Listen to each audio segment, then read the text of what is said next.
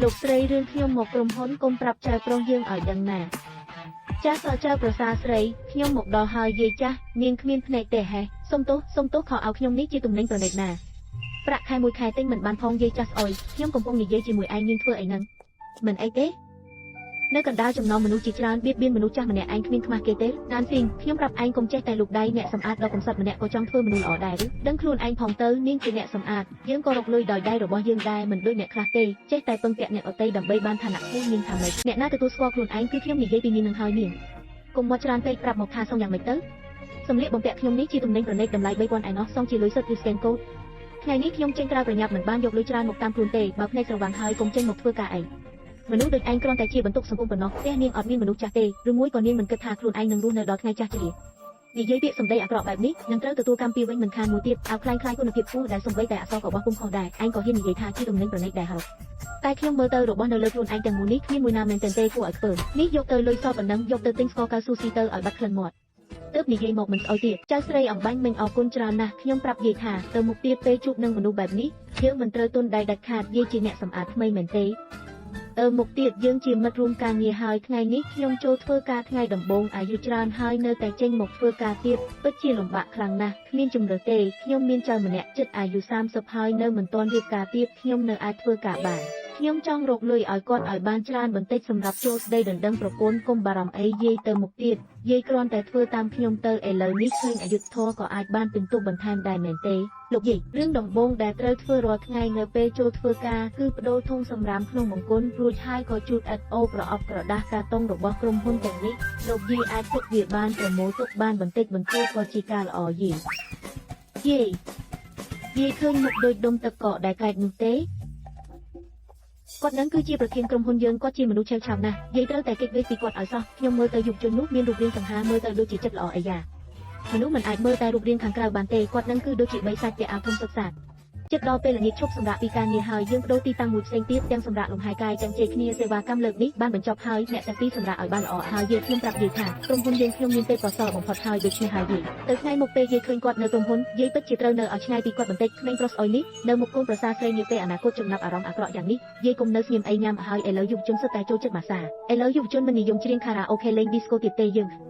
ងខ្ញុំនិយមថែរក្សាសុខភាពការម៉ាសាដេកញ៉ាគឺជាវិធីមួយក្នុងចំណោមនោះលើកក្រោយខ្ញុំនឹងនាំយាយសាកល្បងតែទឹកដោះគោជាមួយផ្លែគីកន្លែងនេះមើលទៅថ្លៃថ្នូរណាស់មែនទេចាំបន្តិចខ្ញុំនឹងចេញលុយកុំខ្វល់ពីខ្ញុំមិនអីទេលោកយាយមើលរាល់ការទិញជាក្រុមដែលខ្ញុំប្រើការកំសាន្តចាប់ពីបញ្ចុះតម្លៃ50ពួកយើងកំពុងរីករាយនឹងការម៉ាសាជើងនេះសរុបតែជាង100ចំណាយមិនអស់ប៉ុន្មានទេលោកយាយរីករាយចុះថោកសំរំលែកពេលក្រោយលោកយាយបង្រៀនខ្ញុំផងខ្ញុំត្រូវសន្សំលុយឲ្យចៅខ្ញុំខ្លះយាយចាស់ម្នាក់នេះពិតជាមិនងាយស្រួលទេអាយុច្រើនណាស់ហើយនៅតែបារម្ភពីចៅទៀតលោកយាយមើលទីនេះមិនត្រឹមតែម៉ាសាជើងទេរីករាយនឹងអាហារប៊ូហ្វេថែមទាំងមានការប្រកួតកីឡាចម្បាប់ក្នុងឯកសណ្ឋានទៀតធ្វើមិនទៅឆ្នាំរបស់លោកយាយគឺជាតែខ្ញុំដាក់ជូនលោកយាយនៅទីនោះសិនមើលទៅមើលមានសង្ហាជាងចៅខ្ញុំលោកយាយតម្រង់រូបភាពរបស់លោកយាយចាស់ពេកហើយចម្លែកណាស់ត្រជាក់ស្រាប់លោកយាយក្រោកឡើងលឿនប្រើលឿនយាយវិឡាមកទន្លេនៅកណ្ដាលក្រុង2ខ្នងនិងអាផាតមែនជាន់ធំទំហំ200ពីង3ខ្នងភាគហ៊ុនក្រុមហ៊ុនមានតម្លៃទីផ្សារ200លានរួមទាំងពេជ្រធំទំហំ5ការ៉ាត់ចាំបន្តិចហេតុអីបានជាដូចជាការប្រកាសរឿងអ្វីមួយទៅវិញកូនឲ្យនេះជាថ្លៃបណ្ណាការតើថ្លៃបណ្ណាការទៀតនឹងរៀបការហើយកូនប្រមុំគឺឯងនឹងនេះជាស្អីទៅយាយចាំខ្ញុំបន្តិចអញ្ចឹងយាយជាយាយរបស់ជូជីងអានមែនទ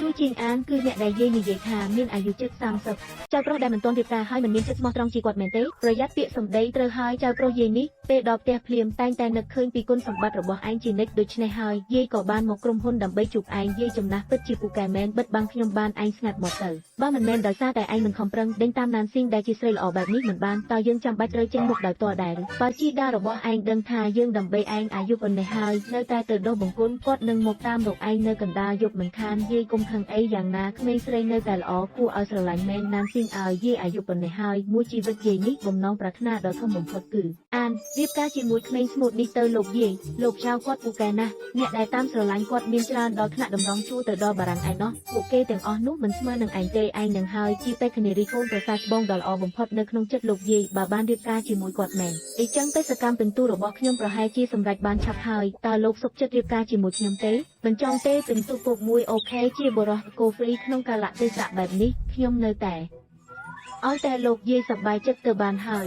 ខ្ញុំយ៉ាងម៉េចក៏បានដែរពិន្ទុពុកមួយមាត់រឹងណាស់តើ លោកយាយបានមើលអស់កន្លះម៉ោងហើយអាចឲ្យពួកយើងវិញបានទេឲ្យវិញអីទៅរបស់សំខាន់បែបនេះយាយទុកឲ្យពួកឯងយាយមិនរំខានពួកឯងទេពួកឯងទាំងពីរប្រញាប់ទៅដើរលេងឲ្យសប្បាយចិត្តទៅតែលោកយាយចៅរសៀលនេះនៅមានប្រជុំទៀតប្រជុំអីការងារអាចសំខាន់ដូចប្រពន្ធទេបណ្ដាំដូនដារបស់គ្រួសារចៅយើងភ្លេចហើយមែនហើយប្តីដែលស្រឡាញ់ប្រពន្ធនឹងបានរីកចម្រើននៅនាងចង់ទៅណាអាងចិញ្ចឹមត្រីអញ្ចឹងខ្ញុំតាក់ទងកក់កន្លែងទាំងមូលលីអានឥឡូវលោកមិនអាចបណ្ដេញមនុស្សទាំងអស់ចេញទេម្យ៉ាងវិញទៀតកន្លែងបែបនោះតតែមានមនុស្សច្រើនបានសប្បាយខ្ញុំមិនចូលចិត្តនៅជាមួយអ្នកអតីតទេកាលពីក្មេងខ្ញុំច្រណែនអ្នកអតីតបំផុតដែលបានទៅលេងអាងចិញ្ចឹមត្រីខ្ញុំមិនទាន់បានទៅនៅឡើយទេខ្ញុំក៏មិនបាននិយាយថាខ្ញុំមិនទៅណាប៉ុន្មានថ្ងៃមុនសម្បត្តិចូលទស្សនាកន្លែងកំសាន្តនៅ Mission មានការបញ្ចុះតម្លៃរហូតដល់70ខ្ញុំក៏បានទិញសម្បត្តិចូលសួនកំសាន្តសមុទ្រពី3សន្លឹកហើយកំពុងរៀបចំផែនការថានឹងទៅថ្ងៃណាឃើញទេឥឡូវនេះបានប្រើហើយបើអីចឹងបើនាងបានទិញសម្បត្តិហើយខ្ញុំនឹងសុខចិត្តទៅជាមួយនាងម្ដងទៅយ៉ាងណាមិញការខ្ជះខ្ជាយជារឿងអាក្រក់មួយពិន្ទុពុកមួយចារាបានអរគុណលោកប្រធានយ៉ាវដែលបានយកខ្ញុំអញ្ចឹងសូមអញ្ជើញអូយក្តៅណាស់កែវនេះជារបស់ខ្ញុំមិនអីទេខ្ញុំមិនរើសអើងលោកទេ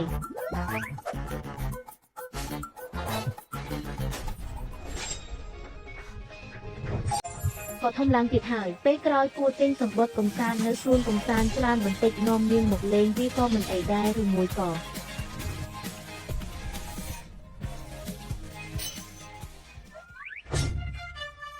នេះជាអ្នកថតរូបមកពីណាទៅឬមួយក៏ជាទីតាំង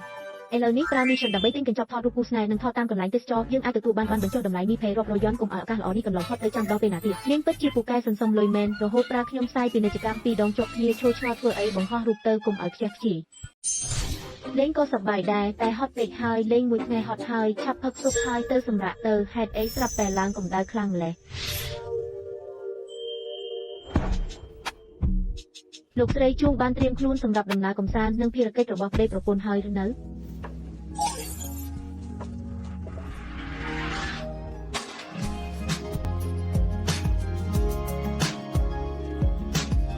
សូមអរគុណសម្រាប់ការទស្សនាសូមស្វាគមន៍ការ Subscribe Channel របស់ខ្ញុំ